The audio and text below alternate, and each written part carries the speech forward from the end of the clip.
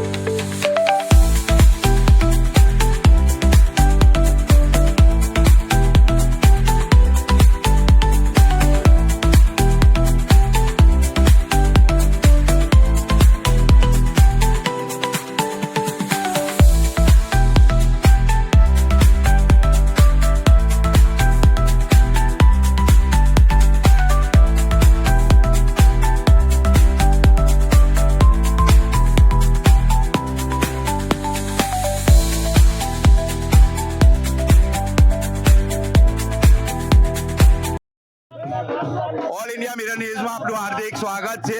વાત કરીએ તો વડોદરા શહેરના નવાપુરા કેવડાબાગ બેંકનું આજે ઇલેક્શન હતું। ઇલેક્શનના અંદર બે પાર્ટી અલગ અલગ હતી, એમાં ગુલાબ પાર્ટી આજે જીતી છે। તો આપણે વાત કરીશું એમના મેન ઇન્તેખાબભાઈ જોડે। શું કહેવા માંગતો ઇન્તેખાબભાઈ?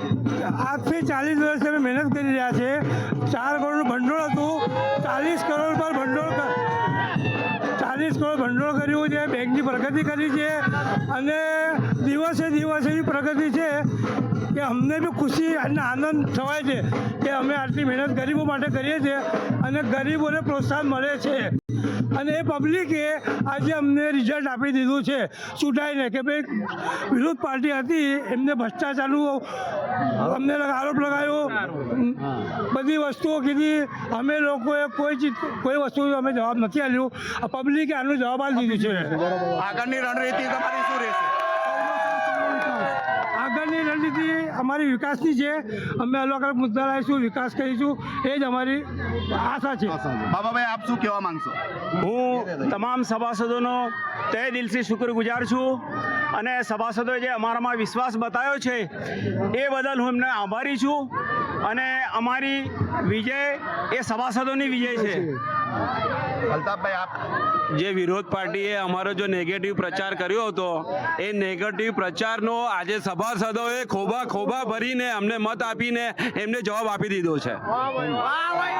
ઓલ ઇન્ડિયા મિરર ન્યૂઝમાં આપનું હાર્દિક સ્વાગત છે। આજે વડોદરા શહેરના નવાપુરા કેવડાબાગ બેંકના સહકારી મંડળી લિમિટેડના અંદર ઇલેક્શન હતું. એ ઇલેક્શનના અંદર ગુલાબની પેનલનો વિજય થયો છે. આપણે ત્યાંના એક અલ્તાફભાઈની જોડે વાત કરીશું કે સભાસદોએ આટલા ખોબે ખોબા ભરીને મત આપ્યા, એના બારામાં એ શું કહેવા માંગે છે. કેવડાબાગ નવાપુરા કોઓપરેટિવ સોસાયટીનું આજે 15/2/2026 રવિવારના દિવસે કાચા પટેલની વાડીમાં મતદાન યોજાયું, જેમાં કેવડાબાગ નવાપુરા કોઓપરેટિવ સોસાયટીના 14,000થી વધારે સભાસદોએ બોર્ડની ગુલાબની પેનલને આજે ખોબે ખોબા ભરીને મત આપીને બહુ ઝળહળતો વિજય અપાયો છે. તે માટે કેવડાબાગ નવાપુરા કોઓપરેટિવ સોસાયટીના સભાસદોનો હું હૃદયપૂર્વક આભાર માનું છું, અને તેઓએ જે અમારા ઉપર વિશ્વાસ ને અમને સહકાર આપ્યો છે તે માટે સભાસદોનો ખૂબ ખૂબ આભાર માનું છું.